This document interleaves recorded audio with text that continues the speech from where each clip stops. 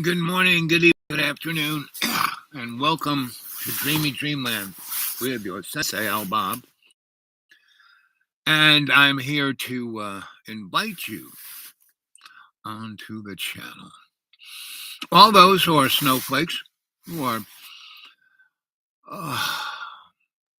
in your silos of prejudice. And when I say to people, well, you're prejudiced. Well, I have friends who are black people. That's not prejudice. If you don't like black people, that's racism.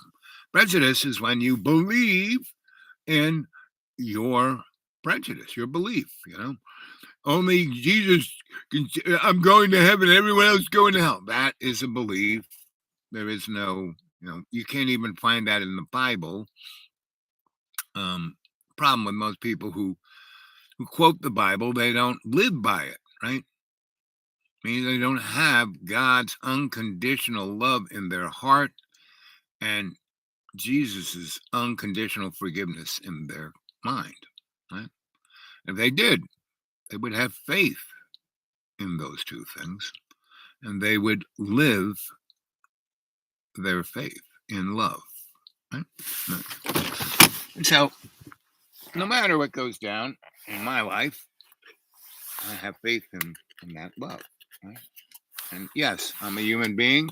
I have emotions. I have hormones. I have all things that can disrupt my thought process from that love. But in every day and every way, I take the piece of the earth of love's co-creation and I make it stronger. I do my best in this service. I'm not perfect, but I do my best. I'm consciously aware of my 20 and 360 of my love's co-creation.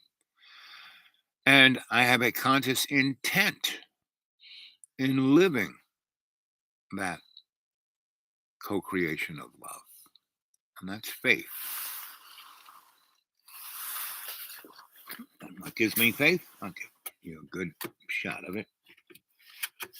Oh.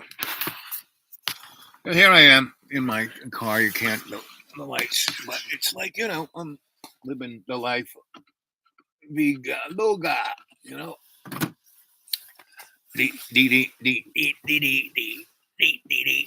Oh, and Fish gave me this nice little table.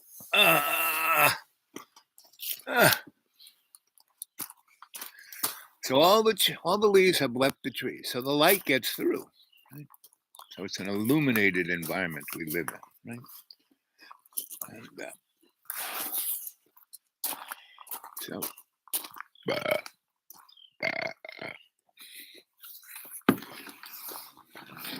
last night I was talking to a friend who always needs to be right.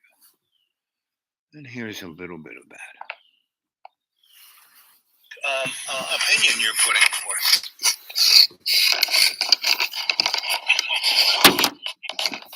All right, you must want to talk. No. You don't want to listen? I am. I don't think so. Why am I not listening? Well, because you're copying a position on it, and instead of exploring what I've said, you're basically saying, no, there's a different story. No, I'm exploring it, I haven't seen that. Well, the opposite. I asked you that your opinion on the fact that Rodney King wasn't a one-off. That happened all through the United States and still does. No, not like that. That was an extreme case. Okay. So where else? Where's the next one? I mean, well, in the United States, in this 9th month of or 10th month of 2022. I'm not talking about people getting shot. I'm talking about people being beat. Okay. Yes. Okay. So in this year, 2022, 15,000 plus black men have been beaten by police and prison authorities. 15,000. Okay, go ahead. assume you're making a point. Well, it's a systemic thing, and it's not. It could have been any year along ever since. Right, pretty much. Yes, exactly. And it was just that why Rodney King, why it broke out into a riot, was that it was caught on video, put on the television in a large thing, and the riots really did not happen until those policemen were given they were they felt that their life was threatened. Here's 3 policemen with guns and clubs beating him, and they felt threatened. Wait, what point did you just make? That the riots, the Rodney King riots, were caused because this event was caught on video, and the riots really did not occur until the courts, the system said, "Oh, the policemen, they did the right thing." That would have been quite a while later, wouldn't it? Well, they didn't even go to court. I mean, they weren't brought. They weren't, within a few days, the authorities said they did the right thing. We never went to court. The only time it went to court was when Rodney King sued them in, civil court and got like $20 million. But those guys, yes, they got let go or sent someplace else, but they were not charged with anything. Even though the video shows that they're beating the shit out of Rodney. And that's the point the point I tried to make was that what you were not hearing the screams had to stay down. No, I heard that. But that's still. And he got right back up every time. But he didn't get up, meaning he didn't stand up and threaten them. He just kind of. He was just trying to get back off the ground. Right, so he could breathe, and that's what he told the police. He was just trying to breathe because they had maced him, they had tased him, and now they were beating the ever-living shit out of him. So he could breathe sitting up and not laying down. Right, and he didn't even sit up. He was just trying to get some space between his chest and the earth. He didn't stand up. I don't know what was in his mind. What I'm saying was what was in the policeman's mind was that there's a danger here, greater danger than we thought. But he didn't stand up. He didn't threaten them with a weapon. I didn't say he stood up. He didn't obey their order. Well, that's not so much that they were affronted, that their authority was challenged. Right. But that doesn't give them the right to beat him. I didn't say they had the right. But okay, so I'll say it a different. That doesn't give them the motivation to. Yeah, it does. It precisely gave them. No, they could have stepped back. They could have given. They could have said, "Okay, breathe." They could have. The whole point is it gave them the motivation. Right, and if somebody's standing there holding a gun and they tell you to step back, and you don't step back. Now you've created something that didn't exist 10 seconds before.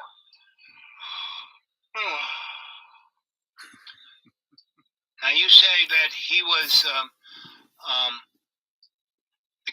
high on some drug, correct? That was what they did. I'm not saying he was. I'm saying that's what at least the police thought or was the case. Well, that was the excuse that they used. Maybe. I mean, I use the word, that's what that was their take. That was their statement. Right. So. And probably their take as well. Okay, so have you ever been a policeman?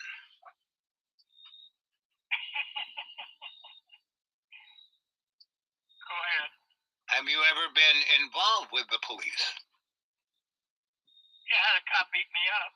No, that's being beat up by a cop. But, I mean, were you ever involved with knowing the police, helping their training? Like you have. No, yes. I haven't. Right. And so I was in New York City housing. So you've got insight into cops. Right. Go ahead and tell me your insight. So basically, and again,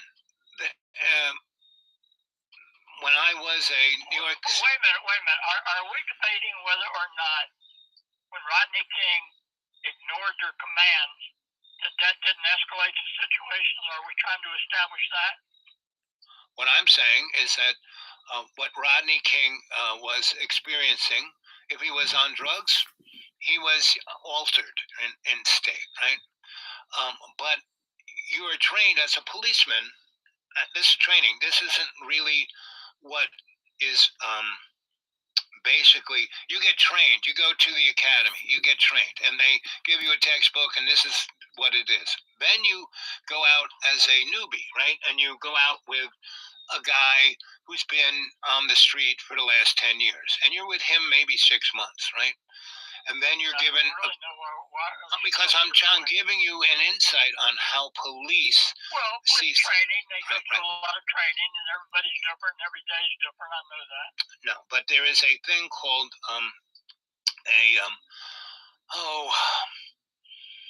a consciousness of the job, right? And no, wait a minute now. You're going to try to tell me what the insight you have from a police force in Virginia. You're applying it to. No.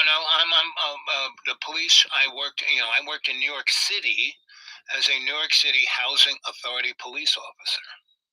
Well, where's the flaw in my thinking? I'm not saying there's a flaw in my point. Well, because what you have to realize is that police have this. What's the right word? Once they get on the job, it's different than their training because they are part of a community of policemen, right? And the police, once they get on the job, it is not representative of what they were trained as. And so they respond not to their training, but to their environment. And their environment is their brother and sister police officers and how they carry themselves. And so if those guys who were dealing with Rodney King my friend is a righteous enough guy. He wants the right thing. He's a liberal-minded person, but he's prejudiced in all his aspects of. He wants peace in the Mideast, but he blames the Palestinians because they won't stay down. And he thinks the IDF is overreacting, but he says that it's understandable because they feel threatened, just like the police. And the police basically don't represent you. The police are a hired, moneyed military force within its own community to keep the community in line, in the benefit of the small minority of rich and powerful people. And here it is, the 8th of November, and everyone's out there voting. And as George Carlin would say, it's not what Carrot Head said. It's a steal. It's a steal. No, it's already so before you even start to vote, because the powers that be put up the people to run.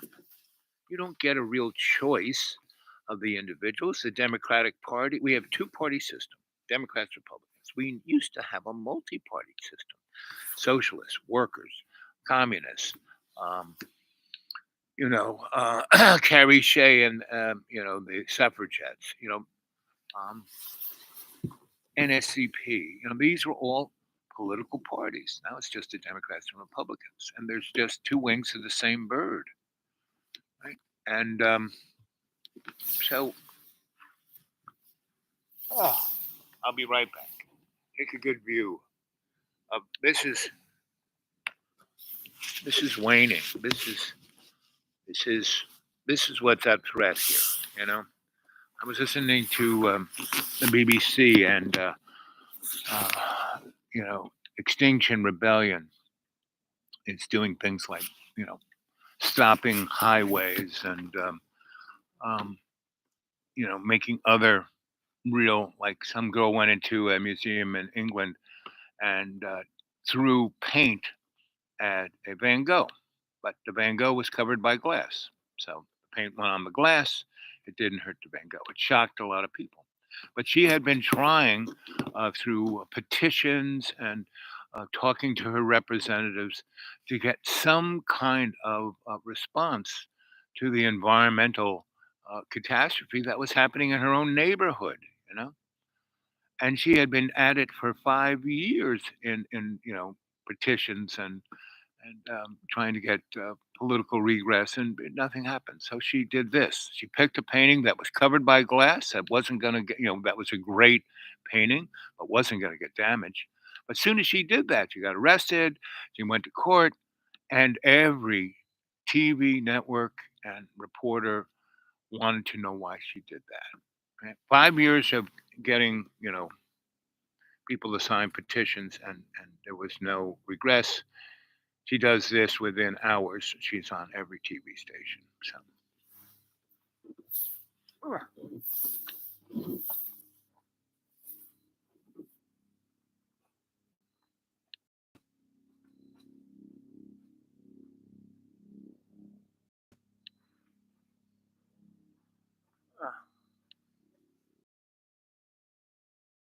Here comes SEAL Team 6.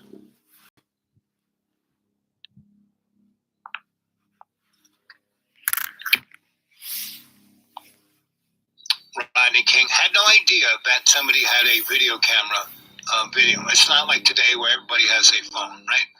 So they basically were expressing the motif of the police force in California at that time did with folk of that nature, And so he's not responding to their authority, so they are going to, they didn't have to beat him. He was already beat up. He was really messed up. They didn't have to beat him. He had no weapon, and he was restrained, and they didn't have to beat him. They could have stepped back 10 feet where he couldn't have touched them, and if he did try, they could have shot him. But they didn't. Right, he could have. And that is the training you get. But once you get on the job, the thing is to control the community, So well, that's what I'm saying. Right. That's the fundamental part of my thesis. It was about control. Right, and it had nothing to do about their safety or anything. It was about their control of, and not just this guy, but the community itself, right? Because Rodney King wasn't the only guy they were doing this to. Virtually every week, 10 to 200 people got the same treatment on some level. And so when it came on some level, on some, how many got it at his level was an exception. Right, it was on the higher end. Yes, I would agree. I mean, but not that much. Yeah, it wasn't unexpected. Right. I mean, within that situation, let's say a week, let's say 200 people have a bad, are in jail, beat up, whatever. I would say. I know the cops beat people up all the time. Right. I don't know why we're going through this. Well, because I'm saying that the dynamic of Rodney King was not out of the ordinary. The only out of the ordinary thing was that it was captured on video and then put on the news and spread all over the country. And then, we're certainly in the range of possibilities, that's for sure. Right, and I'm only saying what I think actually unfolded at the time and influenced the situation the way it came down. Have a team about 7 guys standing in a circle around him, clubbing him. Right. That's not common. No, it is. Yes, it is. And you've seen a picture of that somewhere I've else. been there. Your call has been forwarded to a voice message somewhere else. Yes, I physically experienced it many times in New York City. And I would step in and say, yo, wait, come on, step back. You know? And that's one reason, I didn't last more than 18 months there, And that's why I was switched from one place to the next until I got to where I was, where I actually kind of fit in. My attitude towards policing actually fit in. About policing, but Right. I don't know why. Well, because it is a major sociological dynamic in our country.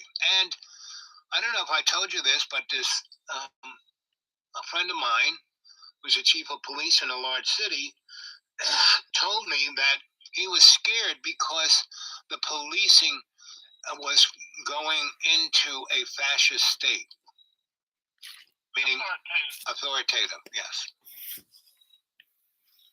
That it went from. I don't want to hear no bullshit. Right, and no, but do something to it.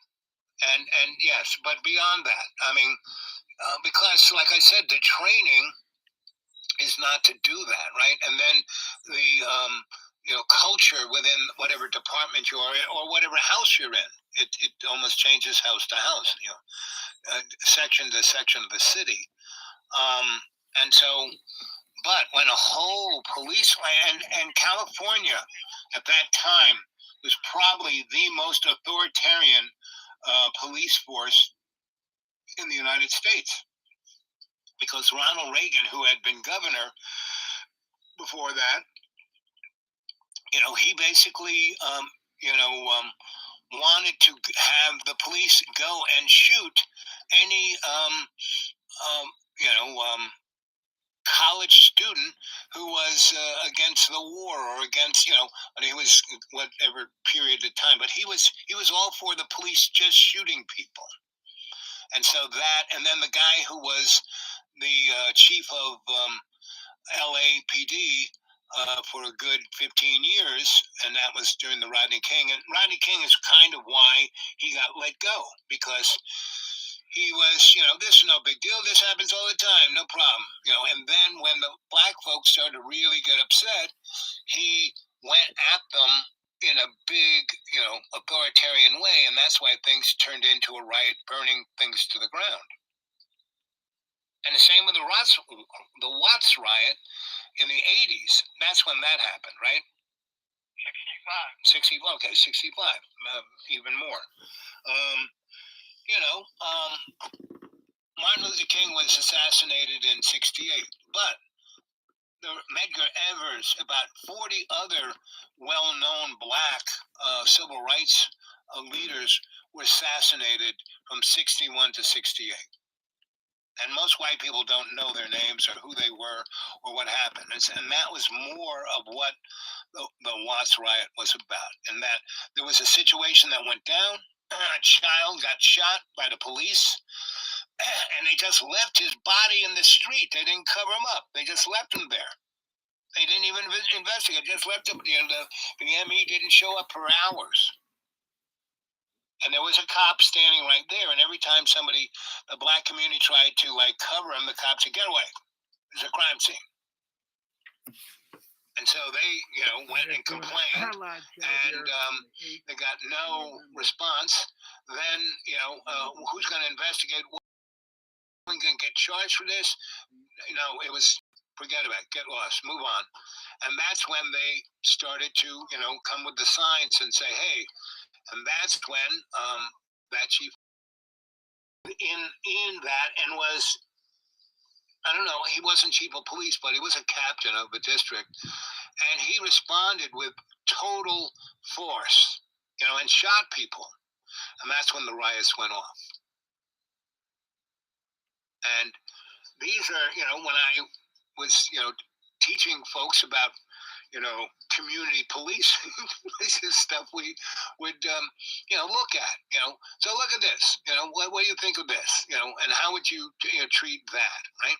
So that's only my experience, and it wasn't just in Roanoke. Most of my police experience was not in Roanoke. I knew the police, I knew the chief, I knew the second in charge, and I knew Rick Morrison, who was he ran he ran the day-to-day everything. He was the guy who got everyone to try and do community policing, right? So I worked with him, and so. But I was not as hands-on or as involved as I was in the 80s in New York City. So that's my little experience with that. And, I looked at that video many times with police cadets, Rodney King, right? Like I said, he was restrained. He was just trying to breathe, and they just kept kicking the shit out of him. And that wasn't an one-off. I mean, 8 guys standing around kicking the shit out of him. That was something the LAPD did. The cops knew he was trying to breathe. They didn't give a fuck. No, I didn't ask you that. Oh, the police report that I read was no. They said we were scared for our lives. One black man surrounded by 8 guys with guns, clubs, mace, kicking the shit out of him, and they were scared.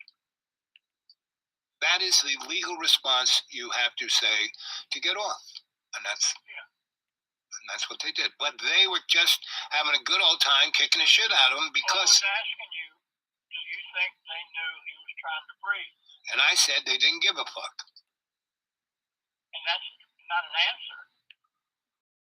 Okay, I don't know whether if they knew he was trying to breathe. He was saying that directly on their attitude towards him. Well, he was saying it, right? And if you remember that in the police report, yes. I mean, he gave his. That's the thing. I mean, like we probably saw the thing 40 times. Right. But the other interesting thing is you never heard the audio. The video camera caught the audio. And you heard Rodney King say, I can't breathe. And they're saying, stay down, nigger, stay down, nigger.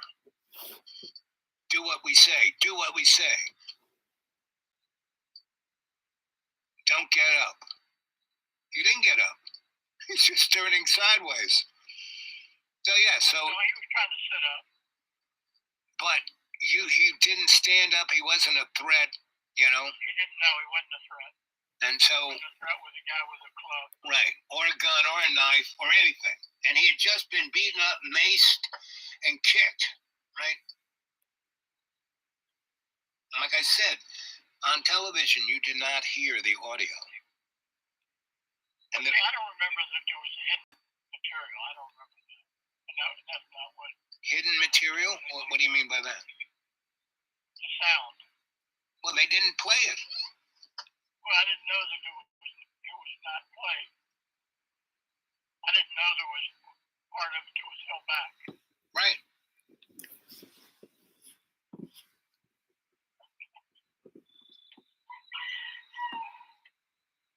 But it was so visceral to most people watching the police do this to this guy that no one could understand, any explanation that they may give. And that's why I offered one that I thought was relevant. Right, okay. I hear what you're saying. I understand what you said. I'm doing my best. Fourth, my explanation of my subjective perspective, even though I did hear the audio of that video.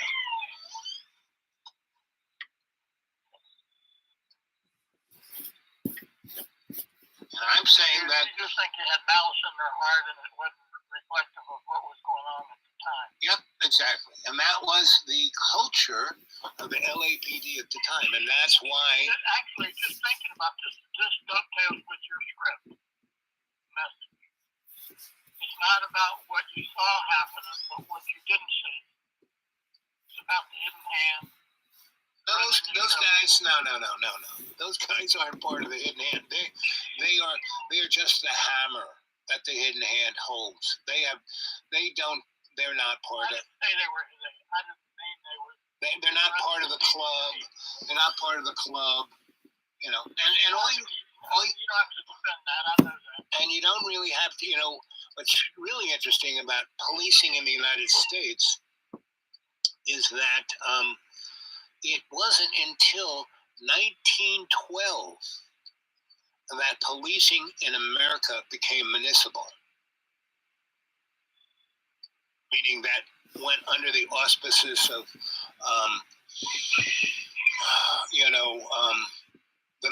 the people who people vote for.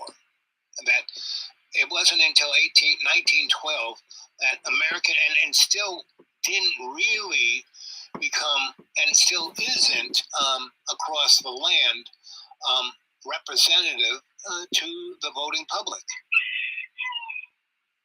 Meaning, I would say a good deal, maybe half of all the police departments in the United States are not quite subject to the voters.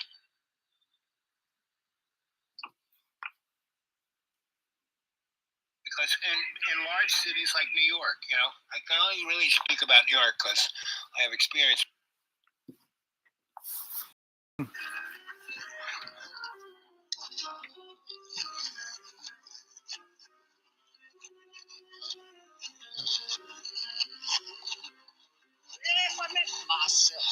I was a little church going Bible reverend. Yeah, I was straight arrow, half narrow, holy rolling and devout. Gotta wonder how my faith lost out to doubt. Maybe I could find some clues why me is me and you is you. So I met myself when I was just a boy. Yeah, I could shoot the breeze with a little me if I met myself when I was just a boy. Wow, that's very psychotherapeutic, right? It is, yeah. So I know over the years you've really been drawn to cabaret. Yeah. What is cabaret and what is cabaret? I think that the reason it really appeals to me is because it brings in so many elements. I mean, I write lyrics, I write music. I really am interested in the history of music and the history of particular songs, and also it's transgressive. And what do you mean by that? It's poking the establishment.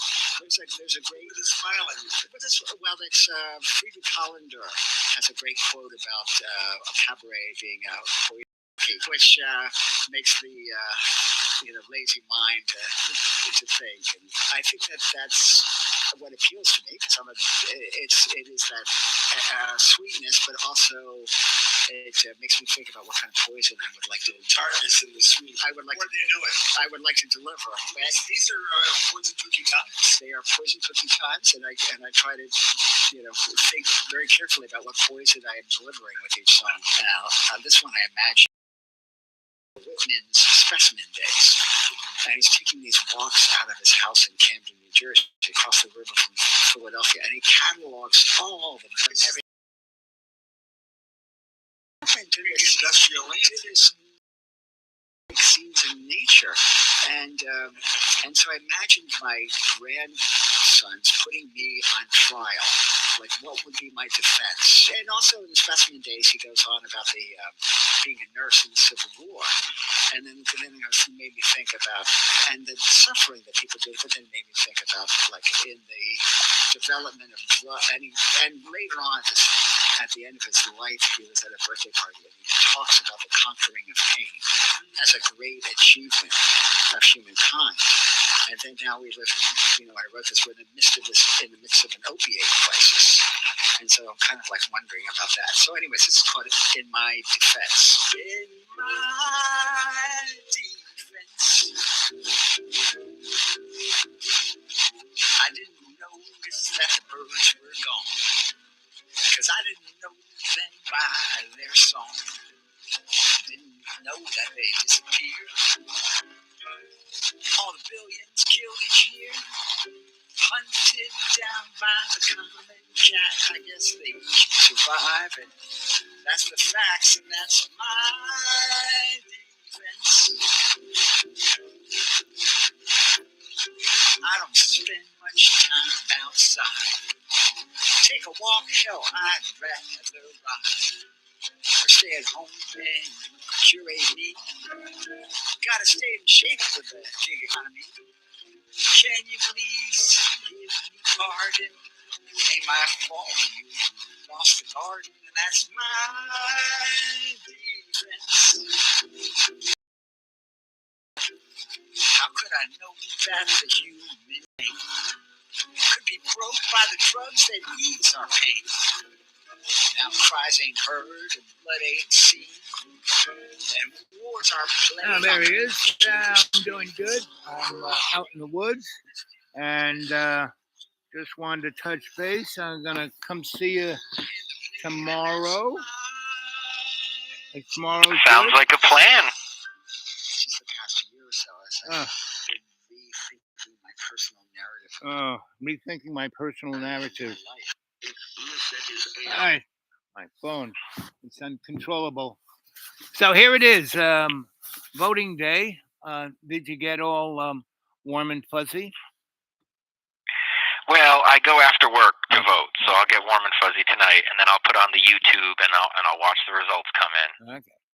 So I'm talking to you live on the YouTube, just to let you know, and I just wanted to get you. I'm talking about the concept of faith, right? And so voting is like faith that the system works, right? That's a good question, because I think even if I had faith that the system didn't work, I'd probably still vote. Right, because it makes you feel warm and fuzzy.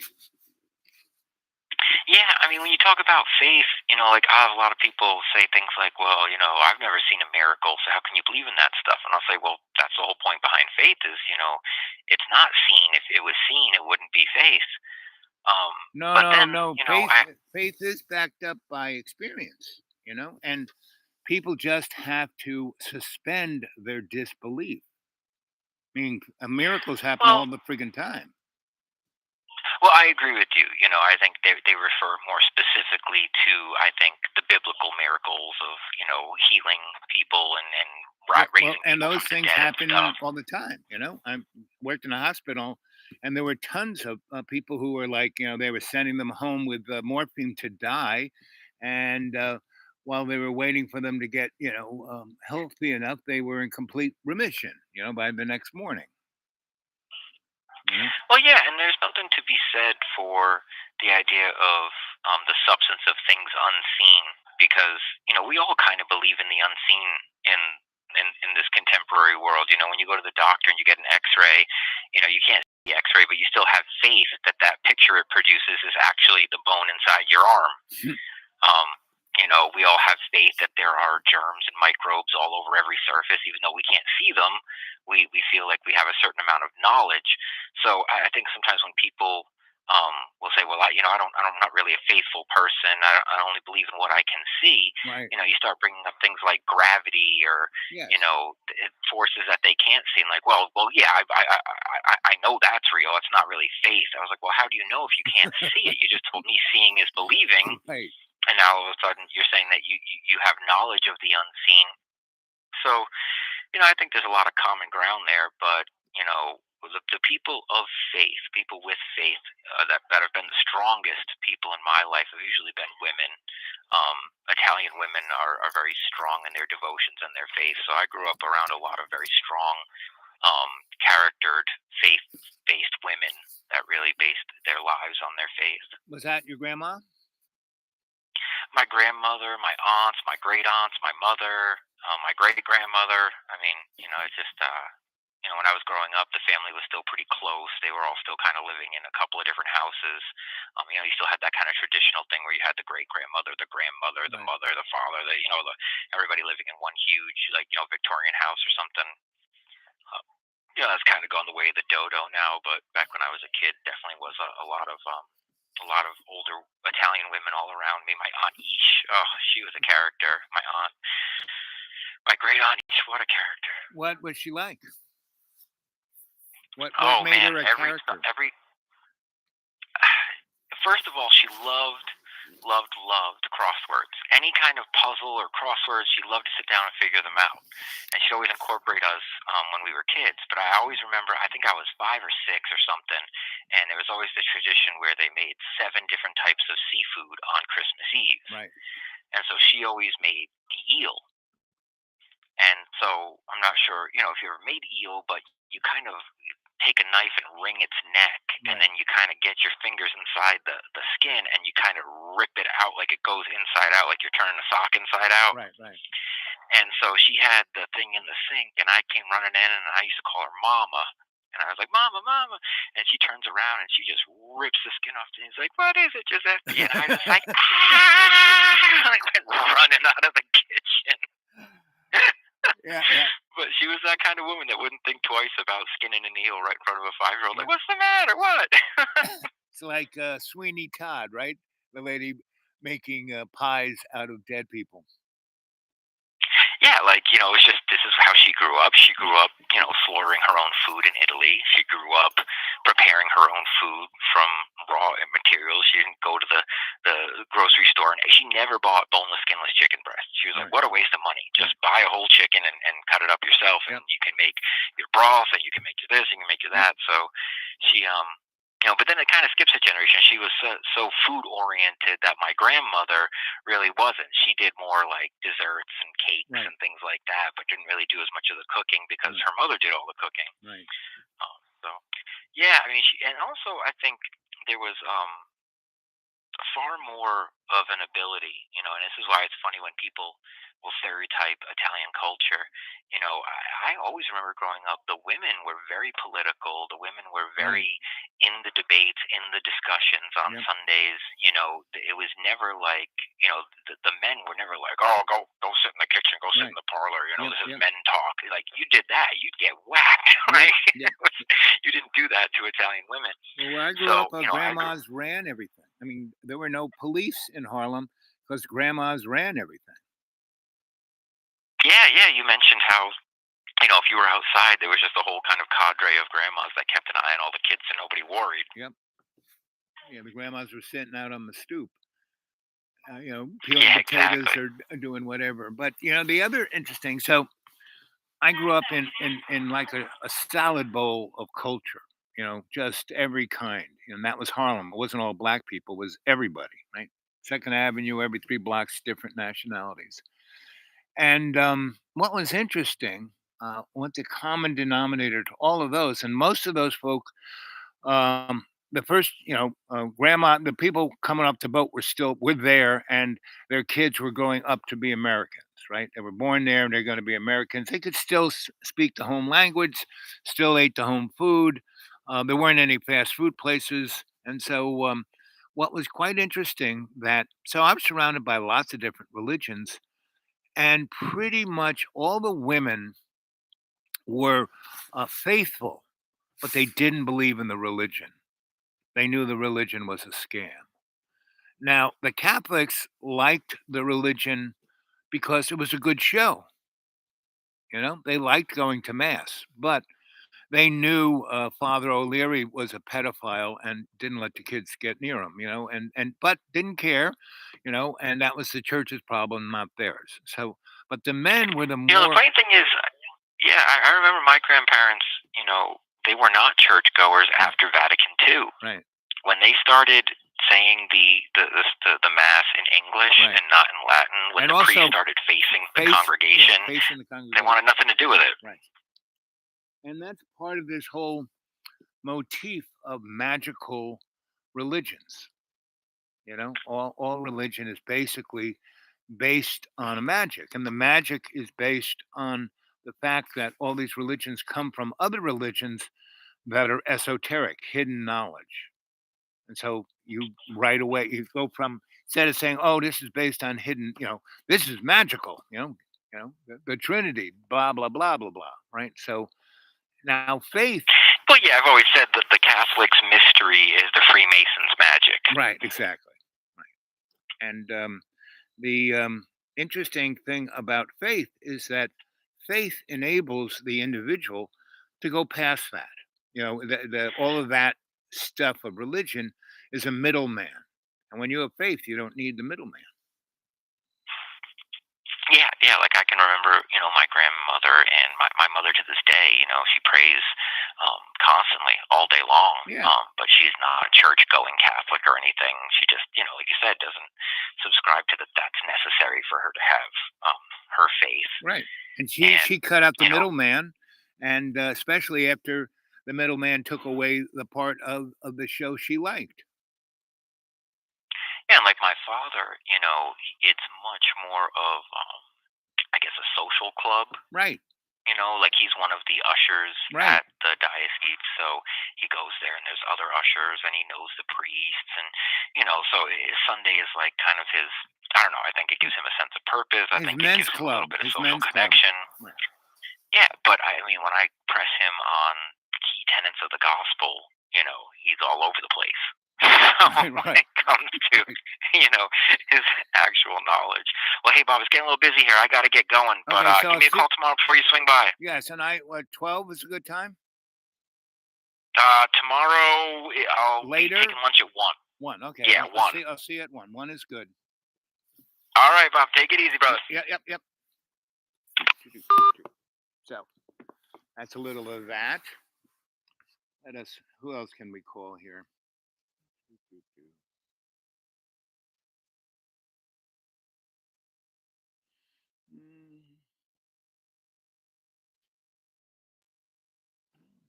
Magic Man. He's always good for the show. Everyone liked yesterday's show. We had 35 folks watching and a lot of people. Hey, handsome. 35 folks watching and. Yeah, that's right. Yep. Hey, handsome. 35 folks watching. You can't see me, so therefore you cannot call me handsome or ugly. Hey, just hello is fine. I keep saying, hey, handsome. So we had a good show. People seemed to like it yesterday.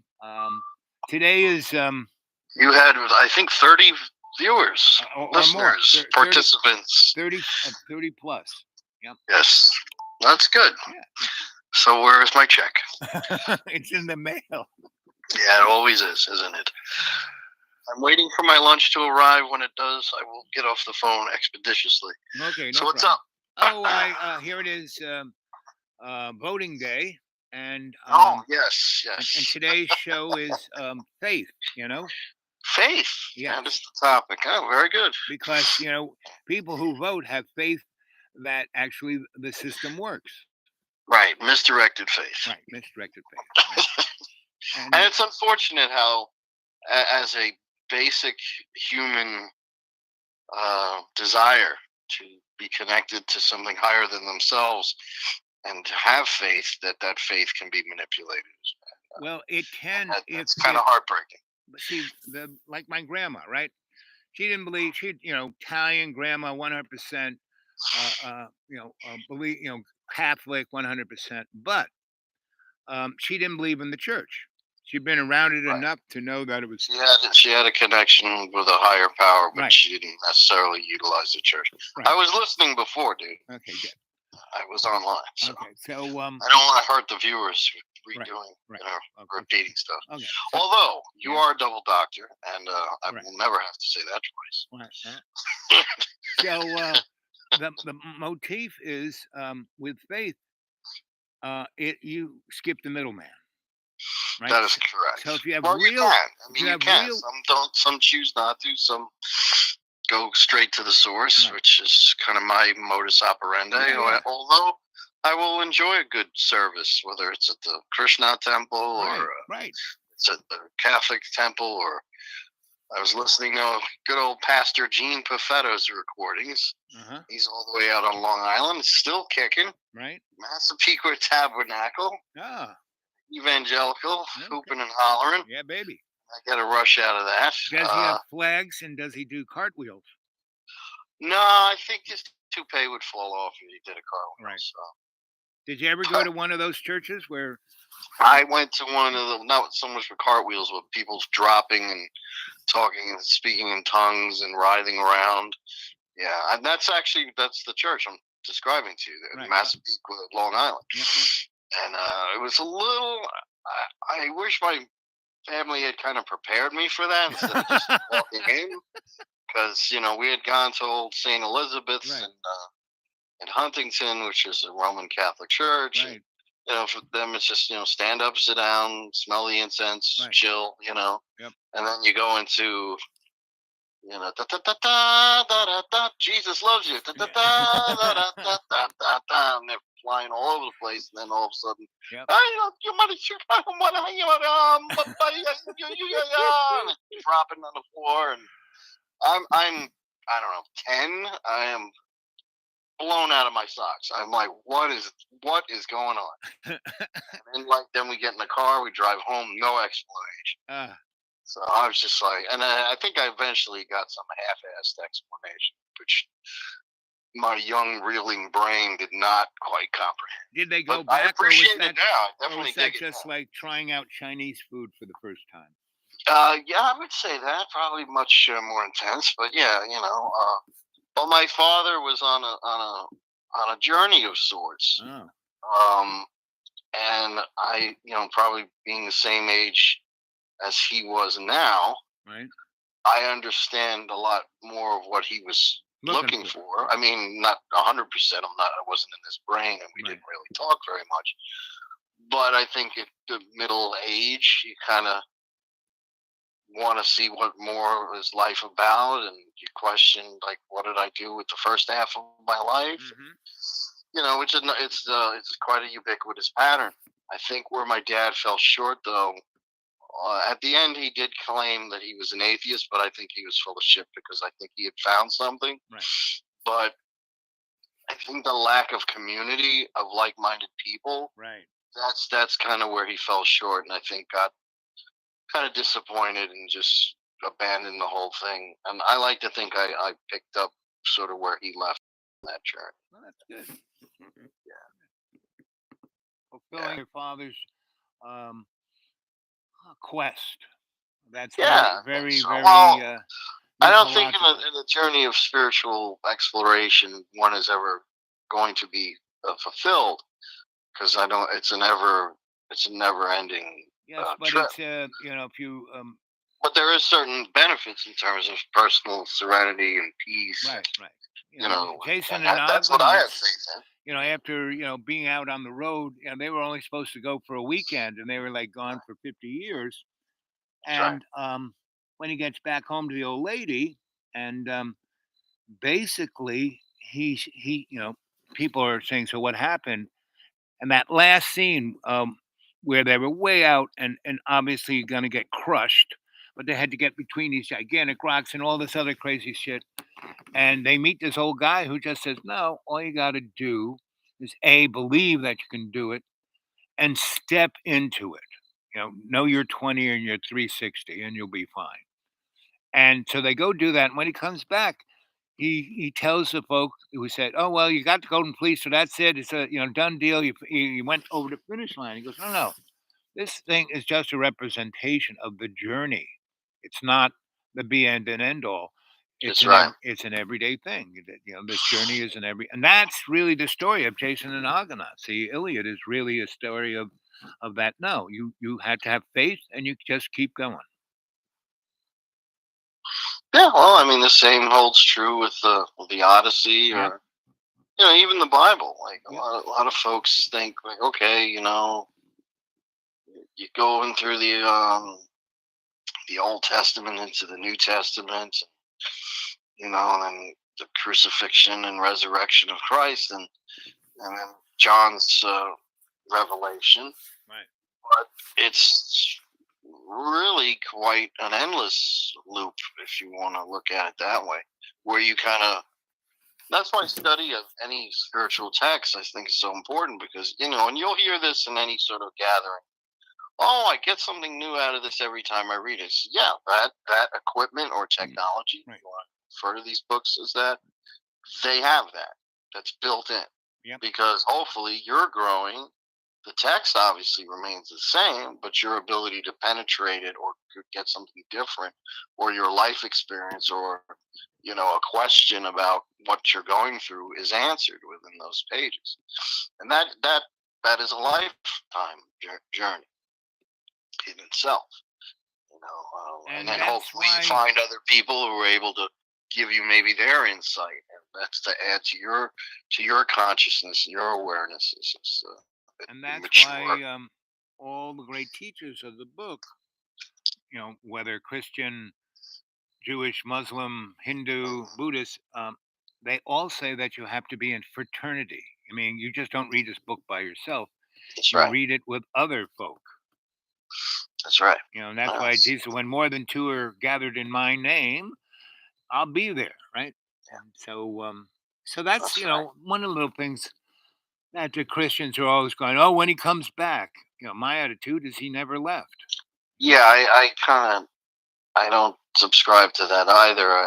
I'm more of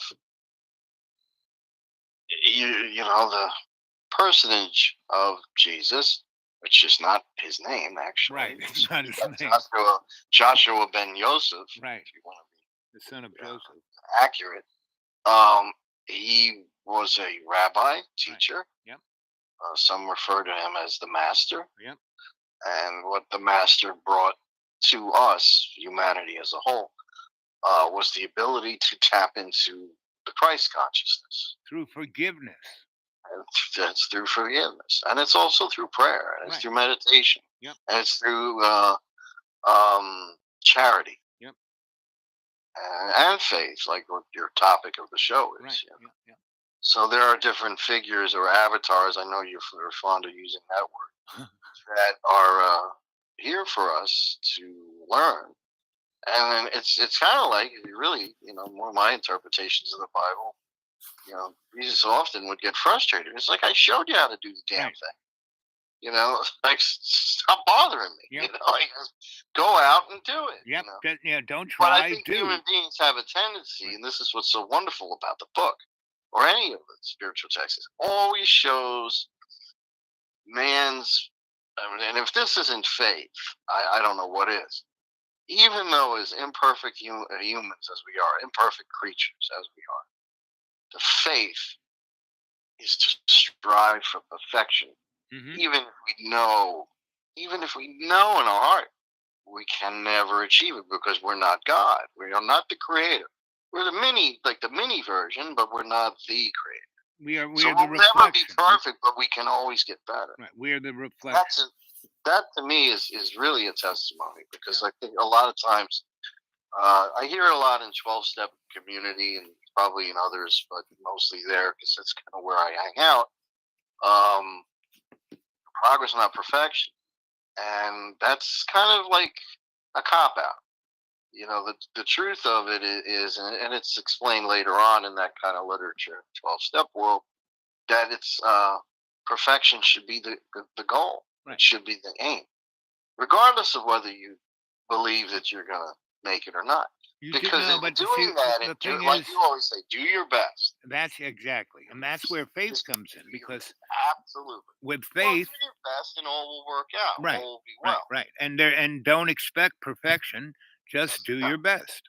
Just do your best. Right. And what the wonderful thing is, when we do our best, and maybe we surpass a limit which is self-imposed. Right. It's like, oh shit! I didn't know I could do that. Right. Exactly.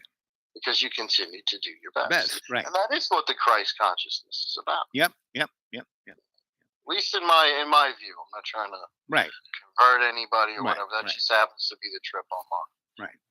And I'm also the same guy who can do the silly voices and say offensive things for a cheap laugh and and get views. So you can do these things. You can do these things, right? With the right intent, you can do these things. But I'm glad that we got some views. Or, that was great, man. Yep. I was a little, again, right, doing your best. I just said I'm going to cut loose and say whatever silly thing comes to mind. I mean, I did kind of hold back. It might not have appeared that way. And you were also keeping it within the stream of the subject matter. Yeah, I think so for Yeah. the most part. Yeah, most part. Yeah. I mean, I listened back to it. I mean, it wasn't like I was rehearsed or anything. Right. Or had anything Well, the prepared. show is not rehearsed. That's for sure. Yeah, I know. I think that's good. Well, there were some kind of spots where I kind of run out of steam and shit, but Right. I was just like, I don't care. But no, I had no expectation we were going to get some views, and we did, which is nice. Yep. You know? You just do the damn thing. That's the main thing. Yep. Just do it. Do your best. Do your best. And that's why I keep doing it, you know, as long as I can. Well, I think approaching life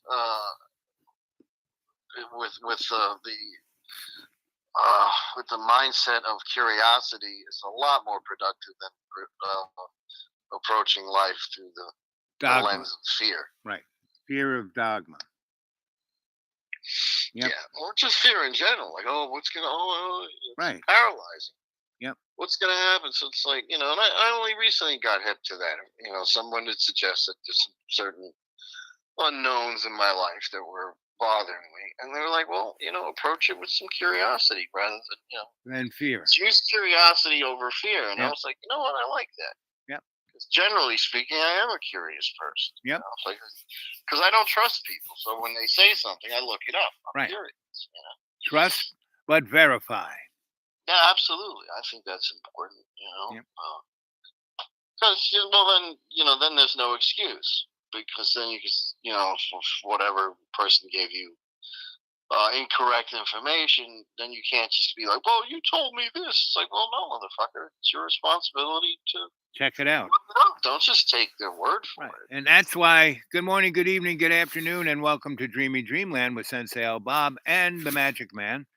And don't believe a word we say. Trust but verify. Yeah, seriously. For your own damn sake. Do what you want, but I highly suggest it. One, so that just for your own growth.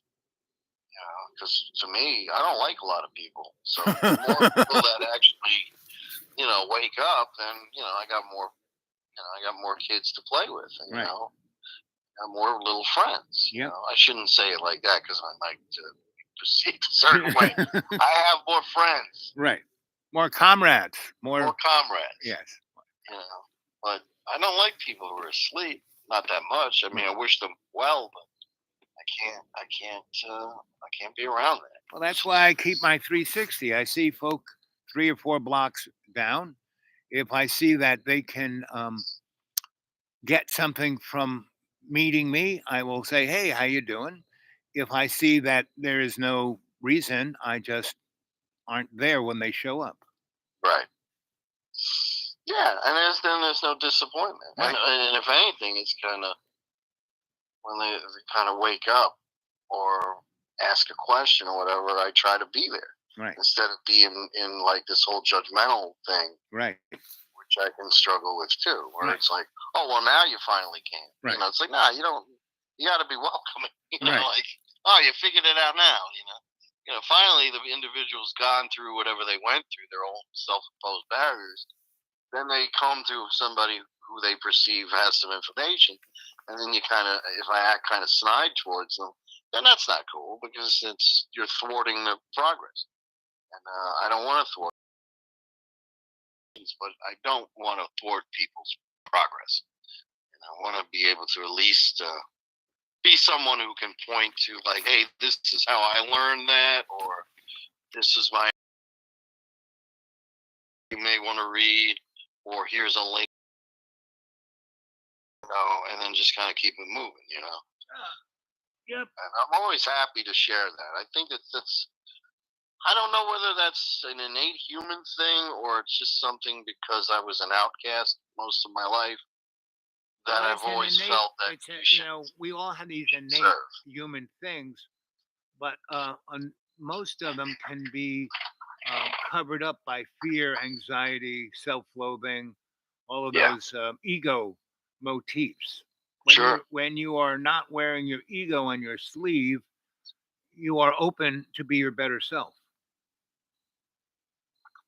Sounds like what the master said. More or less. More or less. Well, on that note, my lunch has arrived. Oh, there you go. And I'm going to eat. What are you going to have? I am having something from Mr. Chicken to go, and so now they get a plug. I'm getting some chicken and some taters. Chicken and taters. Yes. Do they have good chicken? Yeah, it's okay. It's all right. When I lived in the Lower East like Side, there was this school great New York chicken joint, like Spanish. Right. The best where they chicken give you I lots had of was bread. this Chinese restaurant on 13th and B, and it was Hispanic.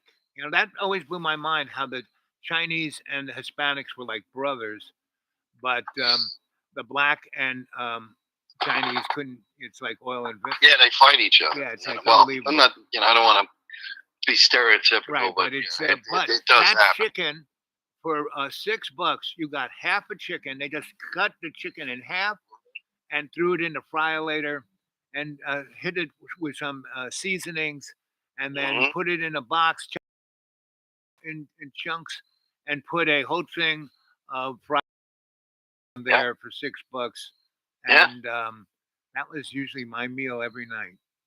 It's nice. Yeah. Well, listen, brother, I don't want my food to go cold. Bon appetit, my friend. Bon appetit, everybody. Yeah. I got another verse for you, but You'll will be revealed. Yeah, use it. What I don't know character about is that? I have no idea. Bye. Bye.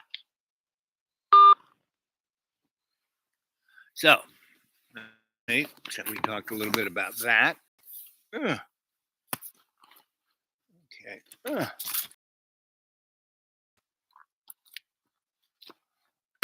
see.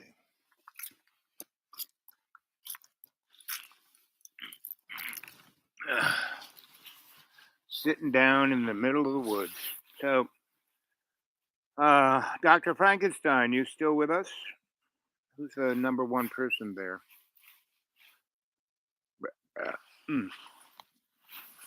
Let's see.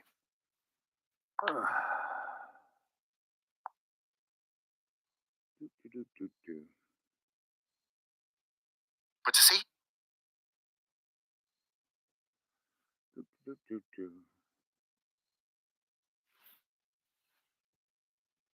It's my turn. Here's a good one. I can't block out. Please lock out images of Johnny B. Getting his top out. I can't block out. Please lock out images of Johnny B. Getting his top out. I can't block out. Please lock out images of Johnny B. Getting his top out. I can't block out. Please lock out images of Johnny B. Getting his top out. I can't block out. Please lock out images of Johnny B. Getting his top out. I can't block out. Please lock out images of Johnny B. getting his top out. I can't block out. Please lock out images of Johnny B. getting his top out. Let's see, what else we got on here? Cigarette? No smoke. The fuel system is rotten. We have gasoline all over the place. I have orders. This bank isn't to fall into the hands of the American Army. Sergeant, this bank's not gonna fall in the hands of the American Army. It's gonna fall in our hands. You, the American Army. No, baby, we ain't. No, baby, we ain't. You know what's Donald inside that Sutherland. bank, man? There's $16 million worth of gold in that bank, sweetheart.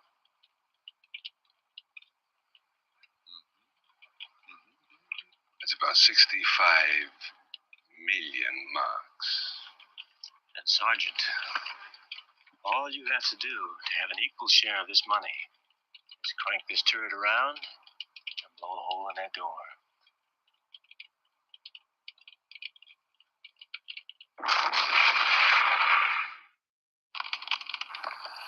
Cigarette? Gasoline everywhere. You wanted to see me?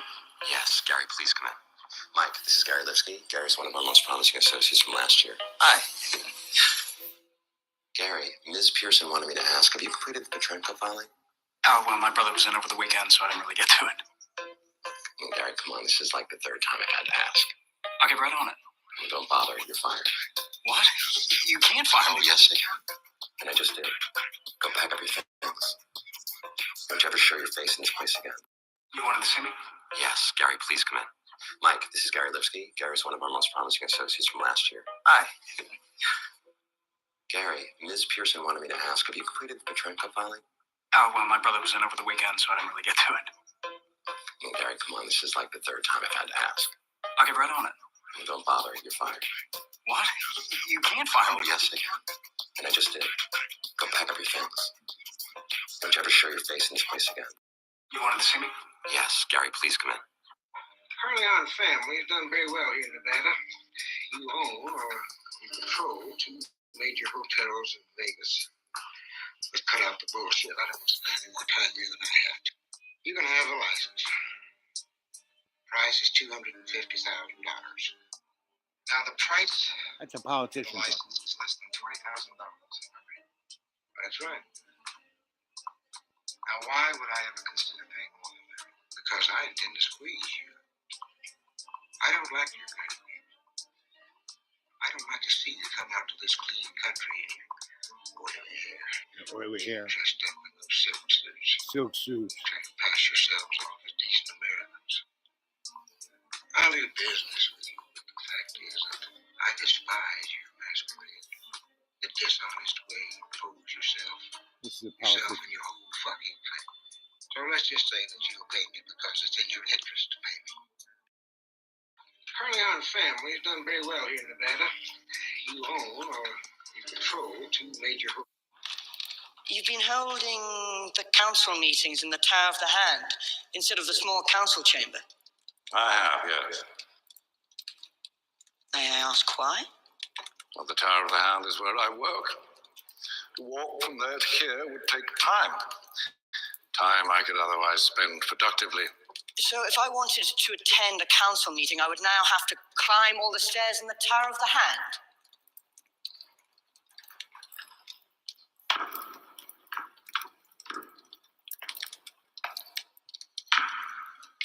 Oops.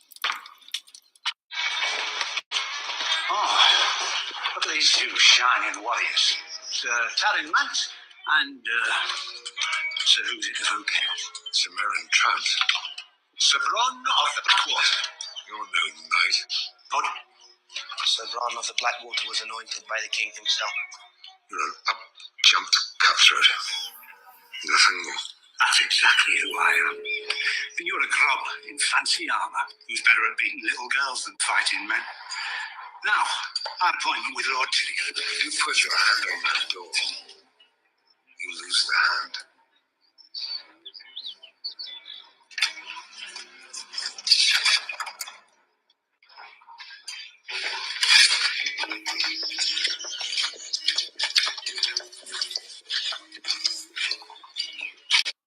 Top 3 horrifying things said by astronauts. Number 3. Story Musgrave. As an experienced NASA astronaut, Musgrave has a lot of credit to his name. He claims that on 2 space missions, he saw an 8-foot-long serpentine life form floating through space. Number 2. Neil Armstrong. During the Apollo 11 mission, this legendary moonwalker reportedly sent a secret message to NASA revealing the existence of other sentient entities. Number 1. Yang Liwei. During his mission in 2003, Liwei heard a continuous and eerie sound akin to a knock on the door. What's strange is that there's no sound in space. What's even stranger is that his story has been corroborated by other astronauts. Top 3 horrifying...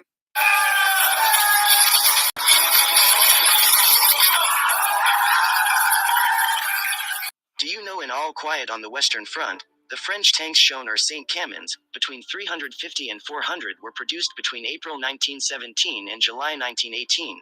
The St. Camion weighed 23 tons and had a theoretical top speed of 7.5 miles per hour and was armed with a 75mm main gun. It was widely disliked by its operators because of its poor trench crossing ability, and because its heavy nose often caused it to bog down. By the end of the war it had been all but phased out, to be replaced by the Renault FT, and one surviving St. Camion is in a museum in France. Do you know in all... Mr. Forstman, Mike Ross. No. Sir, I think that if you hear me out... How the hell did you find me here? The article in Forbes said you can't go more than 3 hours without one of Rose's cafe cubanos. That article in Forbes was 6 years ago. It also said you never change. Did you also read why every Bud Fox want to be dumped in a local landfill? If you do that, you'll miss the opportunity to get back at Harvey Specter. What does little shit like you know about Harvey Specter?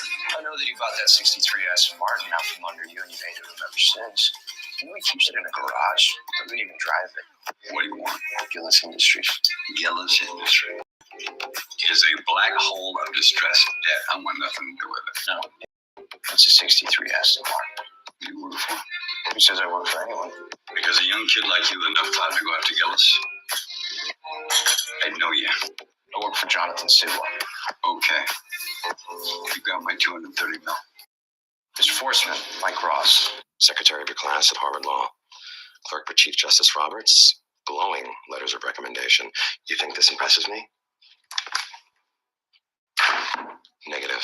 Which means you have exactly 5 minutes to convince me that you're the one. I don't need 5 minutes. I am the one. It's you who's on the clock, Lewis. I have standing offers from the top 3 firms in the city. Pearson Hartman is a top 3 firm.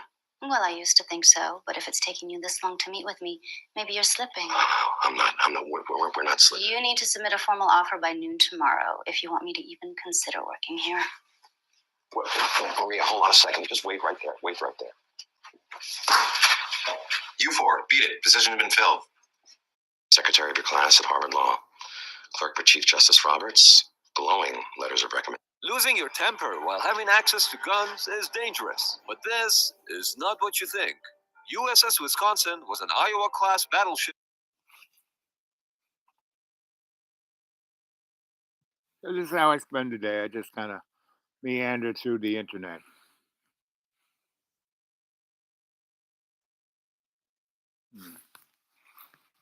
Okay.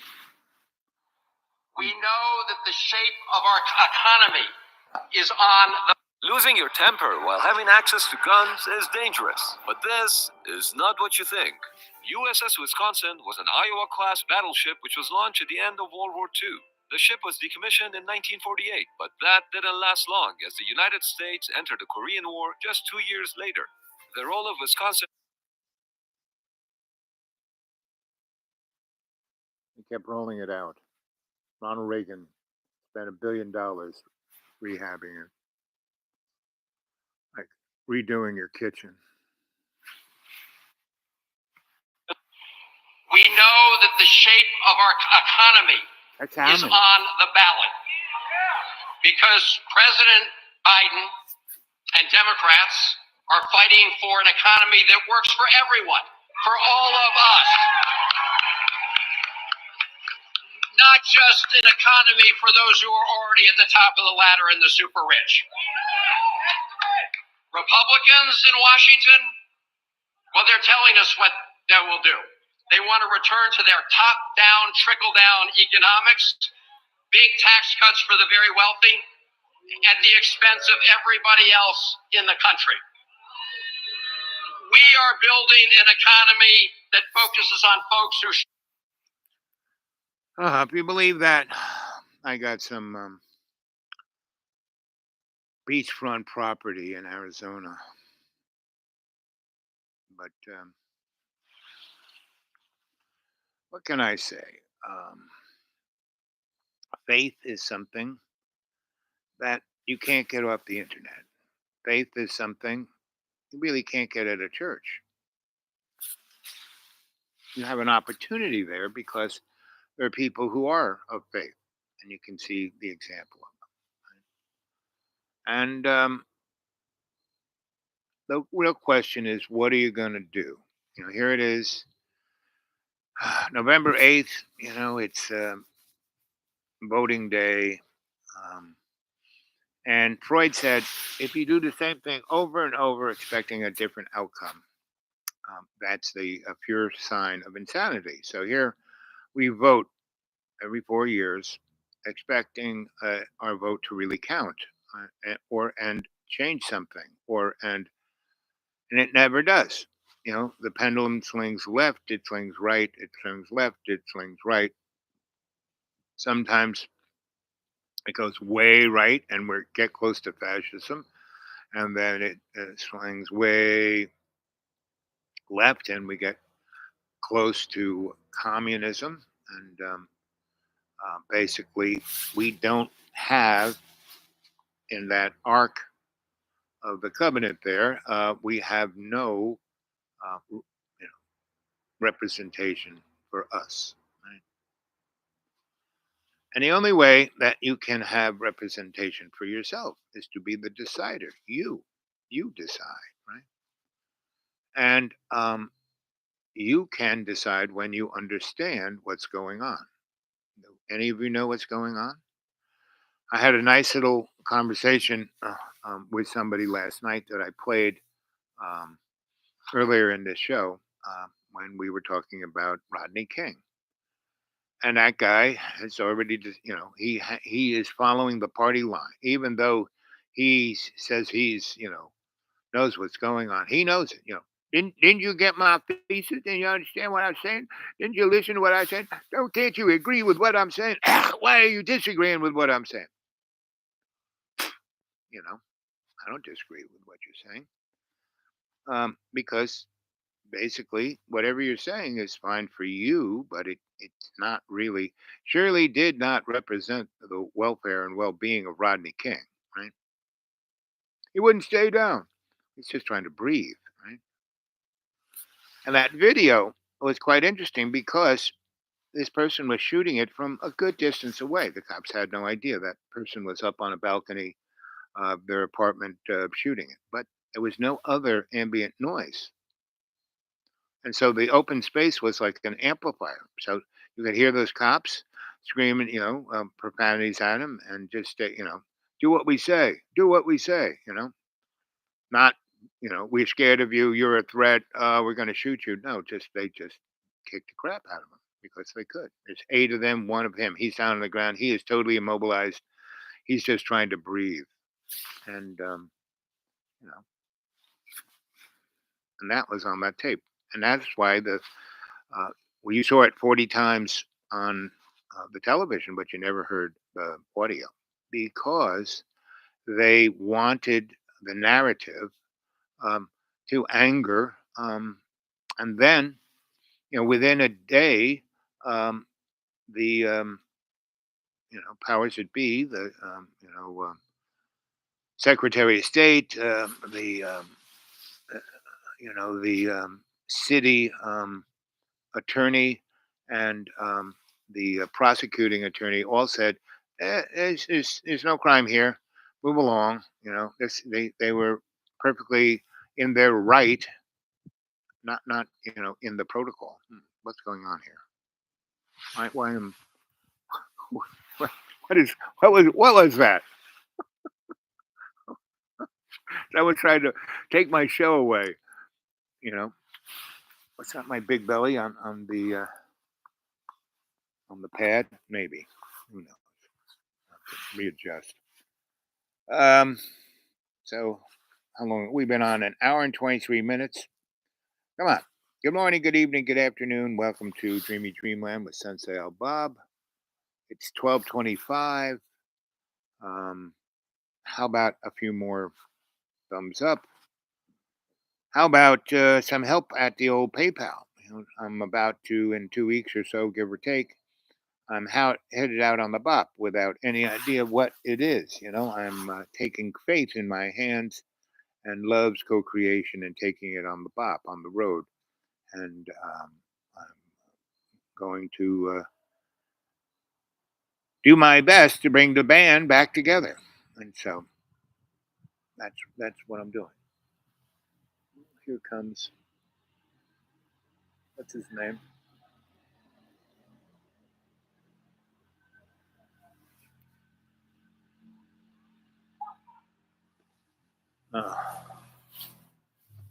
One of the minions on a motorcycle talking on her cell phone.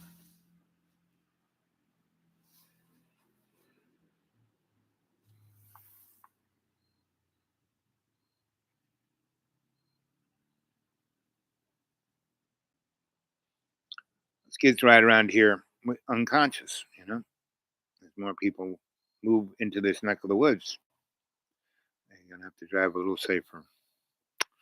Anyway, it's kind of like going to a NASCAR race. Why do people go to a NASCAR race, right? To huff the noxious fuel exhaust. Um, to be deafened by the sounds. No, everyone is waiting to watch for a car crash, right? And they know there's gonna be one, right? There's always a car crash at NASCAR, you know. And there's a good 10% chance, maybe 80% chance that the car crash will, the driver or somebody else will be hurt or maybe even die. And there's maybe a 10% that car will flip into the air on fire, just going through the sky and smash into where the audience is and kill 50 people, right? And they'll see their bodies on fire and think it's great. That's why people go to NASCAR, right? I mean, I went and shot when I was a photojournalist one race, and it was so just deplorable, right? And so I left, and my editor said, "No, yeah, So I said, "Okay, there's going to be another race next week. I will go shoot that." Okay, better get something. So I got there, like and I noticed that people were camping. There was a big, parking lot thing going on, kind of like a Grateful Dead concert, and that's what I went and shot. I didn't shoot the race whatsoever because there were a ton of people shooting the race. Why should I, right? But I got there 2 days before, and there were people there. They were camping out. They were making hot dogs. They were talking, playing music, having a grand old time. And I shot that, and my editor loved that. And so that's why I was relatively successful as a photojournalist because I shot things like Ouija did, and that I shot things that everyone else didn't shoot. Right. So, and then what happened? Ouija was so successful that everyone copied him. Right. And so, I mean, that's what the paparazzi is. It's like a bad copy of Ouija. And so, um, you know, and that's what a good portion of the human race is, a bad copy of Ouija. They're not really um, utilizing the opportunity that love's co-creation has given us. They don't serve one love's co-creation. They're not there realizing that their life isn't about them; it's about all our relations. Right? If people understood that, we wouldn't be having a environmental crises. And what people don't realize is that the environmental crisis really doesn't matter. Nature doesn't care about humanity. We are actually just a blink of nature's memory, of nature's life, of nature's been around a good 6 billion years, give or take, if not more. And we've been here as Homo sapiens sapien, no more than 60,000 years, right? And now that's the real deal is that, people have this illusion that we're top of the heap, but we're not. We are basically, let's go to Jordan. Ooh, baby. Go to the videotape, right? Boop, boop, boop, history. Let's see.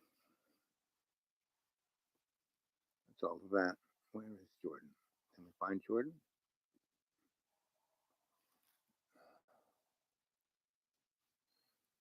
Oh, here we go, Jordan. Seniors are getting a new $0 dental card for 2020 free. Well, I have no teeth. Insurance companies have taken it divided down the middle. And so here again is another picture of that Pope's headdress is called a Pope, when actually, in point of fact, We also have the Webb telescope that can look at such an object from a different direction than the observatories on Earth. The myths are consistent with oftentimes referred to as the gods. And there's a lot more going on here, not just on this planet, but on other planets. I think this is the arc of the covenant. There were actually multiple arcs. History isn't what we've been taught, and we're going to get to the bottom of it. into the vortex. It's a huge factor for your own perception of reality, meeting a different being. The whole planet deserves to know the truth. You may be one of the few people who might be able to help us understand. Species are brought together on a table and have diplomatic conversations This with is each other. happening? This is happening. Where? In the basement Give of an the example. United What Nations, happened with you? This great being enters the room. Valiant It's Thor. a strong, crisp frequency that your body reacts to. It's happening. It's happening behind the scenes. I mean, Tim, what is the true history of Earth? Yeah, what is the true history of that? Let's hear it from Jordan.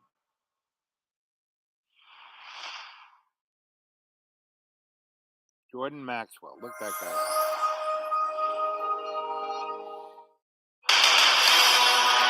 Jordan Maxwell has been on the cutting edge of new thought for over half a century. This is Secret Life of Symbols.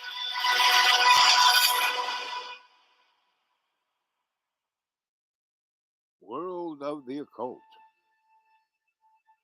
We think that we are getting better each day, and we have come from a more primitive society, but we are getting better every day, becoming more superior in knowledge and technology, when actually, in point of fact, we are digressing. We are moving away from what we were thousands and thousands of years ago. And I am of the opinion that our history has been vastly changed, and so that we don't really know the history of mankind on this earth. I'm totally convinced that there are very legitimate and real otherworldly, I choose to call it, otherworldly forces, spirit forces, demonic forces. Of that, there is no doubt in my mind about, because I've had too many personal experiences that tells me and proves to me that somebody's watching us. Somebody's watching the human family. The very history of how America was founded, and the founding fathers, so to speak, what vision they had when they were putting together the idea to found this country. What was their vision? What were they thinking? And what were they actually working toward? And now that gets into the subject of Freemasonry, to the secret sciences like alchemy and political. There's a lot of political stuff in there too. You have to be careful about secret societies, because these different societies become very powerful and very wealthy. Who were they? And what were they trying to do?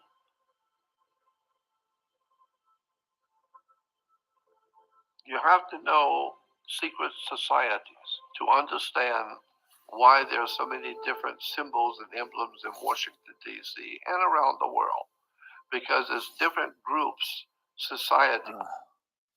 So you can't see the screen, so I won't go any further because it's showing the stuff. Maxwell on Gaia, secret societies. It's interesting.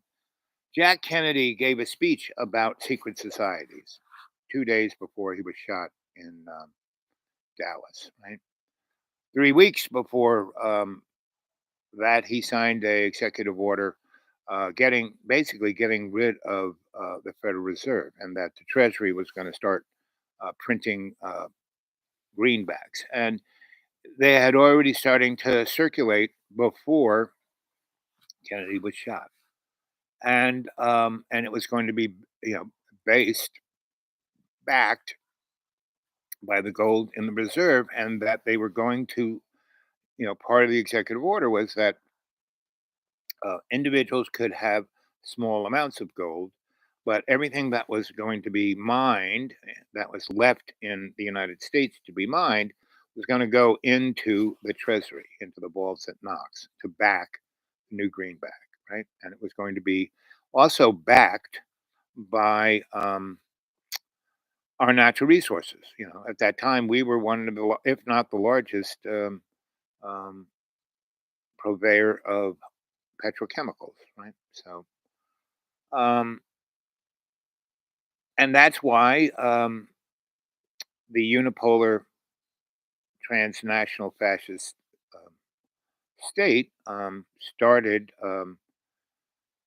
really developing oil resources around the world. And in the 1890s, there was, we hear about the environmental, Paris Accord, right? Well, but in the 1890s, there was a similar meeting in Paris.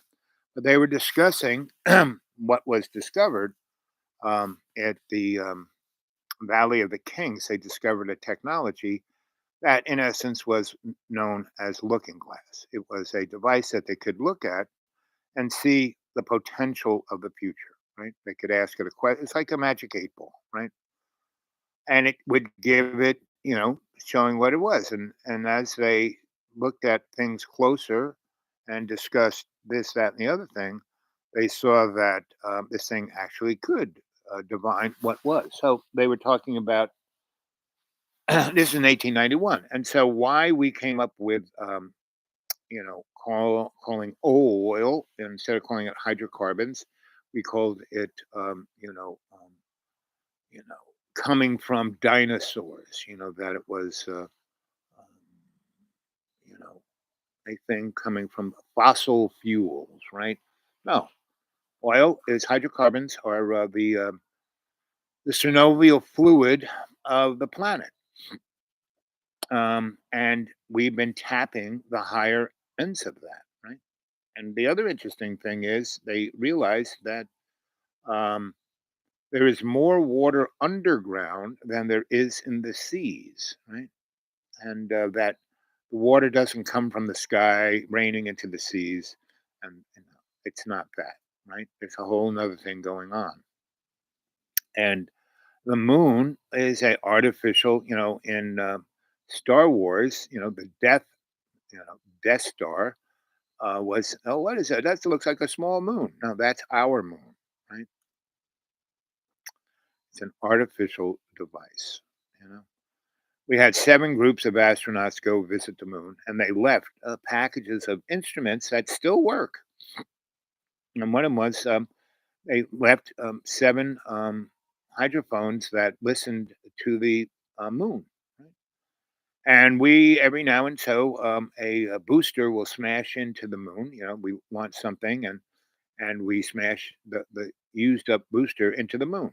Better than letting it procreate garbage around our satellites, right? And every time that occurs, these hydrophones that are listening to the moon hear the moon ring like a bell. It's hollow, right? If you go on to Gaia and Linda Moulton Howard, there are a lot of good shows. Gaia has a lot of great shows, but what you have to realize about that channel, don't take anything for granted. Don't take anything for gospel. Don't take, use it as your vehicle, your diving board to jump into the rabbit hole. You need to do your own homework, right? And people go, "I need to link me to that." Well, I do, and they don't even read it. They watch it for 2 seconds. Why do you like me that? That doesn't back up anything that I believe in. So why should I watch it? It's like, and that's why I don't. If people can't do their own homework, they're not ready to understand anything, right? That's one of the sacrosanct rules of truth. If you're not ready to be a scholar, you're just a mud puppet, right? And, if that's your choice, you're the decider. I'm not here to persuade you to do anything. I'm just here to tell you a story. I'm just your griot here to tell you a story, right? And good morning, good evening, good afternoon. Here we are, 1 hour and 39 minutes and 39 seconds. I'm about to go and do other things. It's a beautiful day. The sun is in perfect perspective to go do what I'm going to do. So now it's 1 minute, 40 minutes and 2 seconds. So when it hits 40 seconds, I'm going to leave you. So Remember, send me something at PayPal. I could really use it. I'm about to.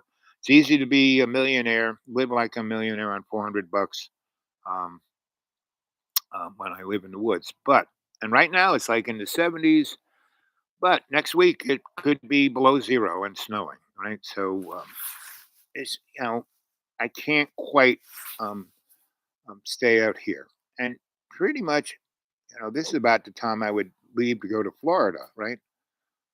Actually, I would leave on December 10th. That was my late date, right? And I would start on the bop around December 10th. I'm going to leave a little earlier because I'm going to go have Thanksgiving. There are 4 different crews of people that I could go have Thanksgiving with, and I will see what I do. So I'm like, have no idea where I'm going or what's going to go, but I know I'm going to serve Love's Co-Creation. And with your help, I can do it, right? So please send something to PayPal under the dudewake42 at Gmail, dudewake42 at Gmail, dudewake42 at Gmail, right? So that's all I got to say. Today is Tuesday, the 8th, Valentine's Day, and the show was about faith, right? And I think we covered a lot of interesting points. And remember, you are the decider. It's up to you to have faith in yourself, right? And have faith in Love's Co-Creation, and serve. And every day in every way, take the piece of Love's Co-Creation and make it stronger.